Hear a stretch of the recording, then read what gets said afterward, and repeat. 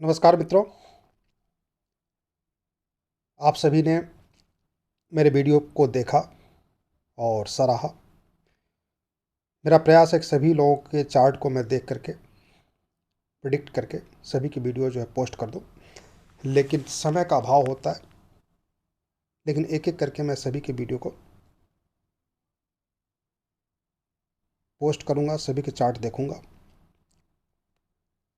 आज सबसे पहले जो पोस्ट किया था मुस्कान जी ने, इनका चार्ट रह गया था, 6 दिन पहले का चार्ट है। और चेतन सिंह जी ने, मुस्कान जी का जो हेल्थ रिलेटेड है और मैंने इनको बात करने के लिए बोला है, बात करनी पड़ेगी, समस्या गंभीर है। चेतन सिंह का जो है चार्ट हम देख लेते हैं। इन्होंने प्रश्न किया है कि मेरी मैरिज कब होगी, मैरिज की दिशा क्या होगी, प्लीज़ बताएं। साथ ही इन्होंने लिखा कि आपकी कृपा होगी, मैरिज का रिश्ता नहीं आता, प्लीज़ बताएं। तो मित्रों, मैरिज का रिश्ता नहीं आता, ये मैंने आपको पहले ही बोला था कि जब सेवन्थ लॉर्ड 6 भाव में चला जाए, मतलब अपने से 12th चला जाए, तो किसी का भी चार्ट होता है उसके साथ समस्याएं होती हैं, बहुत लेट मैरिज होता है। ठीक है। और शादी कैसे होती है, कौन से प्लेनेट कराते हैं, इस पे भी हमने चर्चा की थी। मुझे आशा आप लोग एक एक वीडियो को देख रहे होंगे और सीख रहे होंगे। जो लोग नए लोग हैं वो लोग भी सीख जाएंगे। बहुत ही सामान्य तरीके से चर्चा की जाएगी। हम बात करते हैं कि इनका जो डेट ऑफ बर्थ 1 मई है, 1 मई है। और 1 मई वाले लोग काफ़ी सजग होते हैं अपने लक्ष्य के प्रति, है ना। शेर की भांति इनका जो है प्रकृति होता है, क्योंकि 1 नंबर सूर्य का है।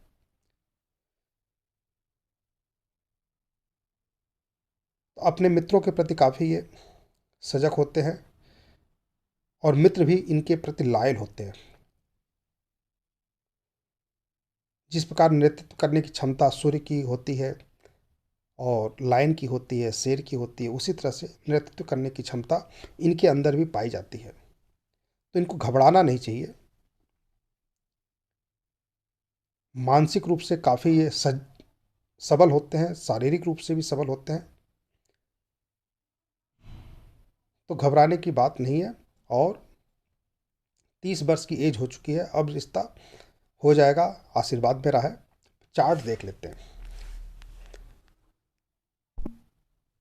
तो ये चार्ट है चेतन सिंह जी का, 1 मई 1992, 1:15 PM, झालावाड़, राजस्थान। ठीक है। देखिए यहाँ पे सिंह लग्न आया है और सिंह लग्न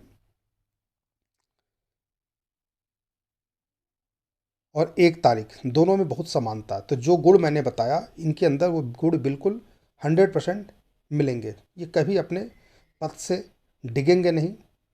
नेतृत्व करने की क्षमता भी इनके अंदर है। मित्र इनके प्रति काफ़ी लॉयल है, ये भी मित्रों के प्रति काफ़ी लॉयल होते हैं और अपने मित्रों में ये काफ़ी फेमस भी होते हैं। निर्णय लेने की क्षमता काफ़ी अच्छी होती है ऐसे लोगों की। तो ऐसे लोग घबराएंगे तो कैसे काम चलेगा। चलिए बात करते हैं कि सिंह लग्न है और सिंह लग्न में 7वां भाव जो आता है वो आता है कुंभ राशि। कुंभ राशि का स्वामी जो है शनि बनता है। जहाँ 11 नंबर है लिखा है वो 7वां भाव मानते हैं, उसे पत्नी का भाव मानते हैं। और इसका स्वामी जो है कुंभ राशि का शनि होता है। शनि आप देखेंगे मकर राशि में बैठा है, अपने से 12वें। ठीक है, 1 भाव पहले बैठा हुआ है। तो ये अविवाहित भाव है। ठीक है, लेकिन ये स्व राशि का होकर बैठा हुआ है, तो थोड़ा लेट तो होगा लेकिन शादी हो जाएगी। ठीक है। और शादी के बाद से थोड़ी सी समस्या रहती है डाइवोर्स की। अगर चार्ट में कहीं भी डाइवोर्स का भाव हुआ या शनि की दशा ही चल रही है तो शादी भी होती है और डाइवोर्स भी हो जाता है। अब कौन से प्लेनेट शादी कराते हैं उसको समझ लेते हैं। जो प्लेनेट 7वां भाव को देख रहा है, ठीक है, तो गुरु लग्न में बैठ के 7वां भाव को देख रहा है। ठीक है, तो गुरु एक कारक बना। दूसरा 7वां भाव का स्वामी, 7वां भाव में क्या लिखा है, कुंभ राशि है, तो कुंभ राशि का स्वामी कौन सा हुआ, शनि। शनि जो है यहाँ पर कारक बना हुआ है और शादी के लिए ये शादी जरूर कराएगा। तीसरा प्लेनेट कौन सा देख रहा है? केतु देख रहा है, ठीक है। और चौथा प्लेनेट है मैरिज का कारक जो प्लेनेट है वो शुक्र। शुक्र की दशा अंतर्दशा प्रत्यंतशा में शादी हो जाती है। इसके अगला प्लेनेट बनता है कि शुक्र जिसके साथ बैठा हो उसके भी गुण ले लेता है, या फिर दोनों आपस में एक दूसरे के गुण बांट लेते हैं। तो शुक्र के साथ सूर्य बैठा है, ये भी शादी कराने में सक्षम है। अगला प्लेनेट बनता है जो सबसे कम डिग्री का प्लेनेट है। सब अब किसी मित्र ने पूछा था कि सबसे कम डिग्री का प्लेनेट क्यों आपने लेते हैं, ट्रांजिट में भी क्यों यूज करते हैं? तो ट्रांजिट में तो 100% इसका यूज होता ही है। सबसे कम डिग्री का प्लेनेट जब आप देखते हैं तो ये 7th पोजीशन पे आता है। 7 मुख्य प्लेनेट जो होते हैं, सूर्य चंद्रमा मंगल बुध गुरु शुक्र शनि, इनमें जो 7 प्लेनेट मुख्य रूप से है, इनमें जो सबसे ऊपर की डिग्री है ये आत्म कारक कहलाता है। उसके बाद अमात्य कारक कहलाता है, और जो 7th पोजीशन पे आता है उसको दारा कारक बोलते हैं। दारा कारक मतलब विवाह का कारक प्लेनेट, ठीक है। तो इसलिए जो है हम सबसे कम डिग्री के प्लेनेट को लेते हैं, ठीक है। मुझे आशा है आपको जवाब मिल गया होगा। अब चंद्रमा भी यहाँ बैठा हुआ है, किसके साथ? शुक्र के साथ, सूर्य के साथ। तो शुक्र और चंद्रमा के साथ बैठने के कारण सूर्य भी यहाँ पर कारक बना हुआ है मैरिज का, ठीक है।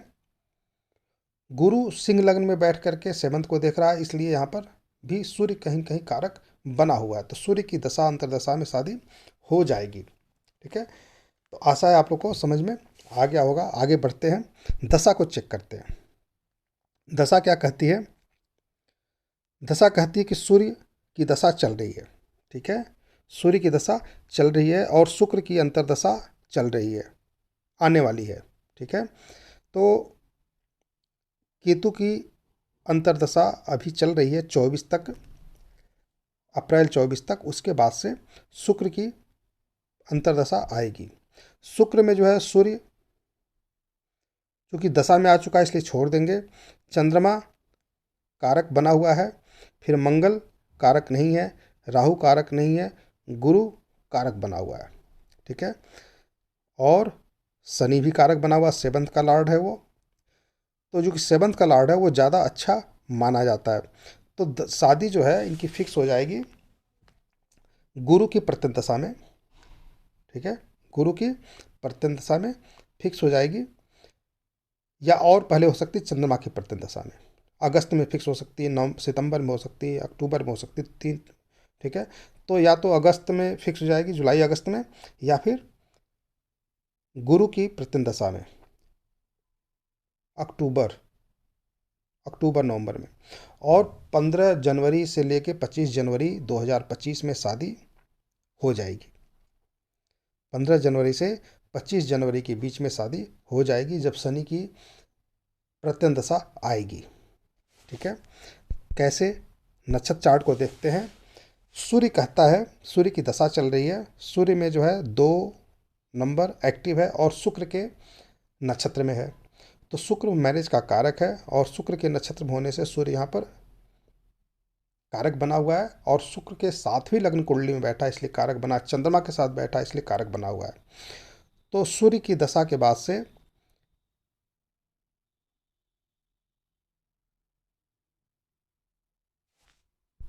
अंतर्दशा किसकी थी? शुक्र की, ठीक है। तो शुक्र की अंतर्दशा में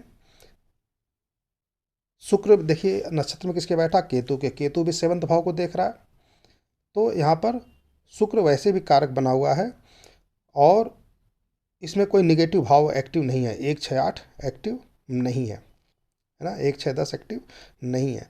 तो शुक्र की अंतर्दशा जो चल रही है उसमें शादी हो जाएगी। फिर आता है शनि की प्रत्यंत दशा। शनि की प्रत्यंत दशा में 7 नंबर एक्टिव है, 5 नंबर भी है, 9 नंबर भी है और 6 नंबर भी है। तो निगेटिविटी तो है शनि में, लेकिन वो 7th का कारक भी है, तो समस्या नहीं है, शादी करा देगा। अब इसके बाद से सूर्य की दशा के बाद से आएगा चंद्रमा का, फिर मंगल का। तो डाइवोर्स के कोई चांसेस नहीं बनते, ठीक है। चूँकि शनि की दशा नहीं आ रही है। मंगल के बाद से फिर राहु आएगा, है ना, राहु के बाद से फिर गुरु आएगा, तो ऐसी कोई समस्या नहीं दिख रही है। ठीक है, ट्रांजिट को देखते हैं, तो ट्रांजिट में भी कैसे देखेंगे, समझते हैं, ट्रांजिट को समझते हैं। देखिए चंद्रमा कहाँ बैठा है, मेष राशि में। ठीक है, 0 डिग्री का होकर के, 0 डिग्री है, यहाँ से भी देख लेते हैं। देखिए 0 डिग्री का होकर के चंद्रमा बैठा है। ठीक है, और कहाँ बैठा है, 9th भाव में। तो जब शनि या गुरु की दृष्टि या युति 9th भाव में होगी तो शादी हो जाएगी, है ना। एक तो 7th पे होनी चाहिए या लगन पे होनी चाहिए, दूसरा दारा कारक भाव पर होनी चाहिए। ठीक है, तो यहाँ दारा कारक भाव भी है, शुक्र भी है, सूर्य भी है ना, जिसकी दशा चल रही है। तो हम आते हैं ट्रांजिट पे। ट्रांजिट 16 जनवरी का हमने लगाया है। हम यहाँ पाएंगे, देखिए सिंह लग्न की कुंडली बना लेते हैं। गुरु जो है वक्री अवस्था में, देखिए स्टार बना हुआ गुरु पे, तो ये जो है अपने से 12वें भाव पर भी प्रभाव डालेगा, मतलब एक भाव पहले प्रभाव डालेगा, अर्थात मेष राशि पे भी प्रभाव डालेगा ये। साथ ही शनि जो है 7th भाव में बैठा है, शुक्र के साथ बैठा हुआ है। ठीक है, तो शुक्र के साथ बैठने के कारण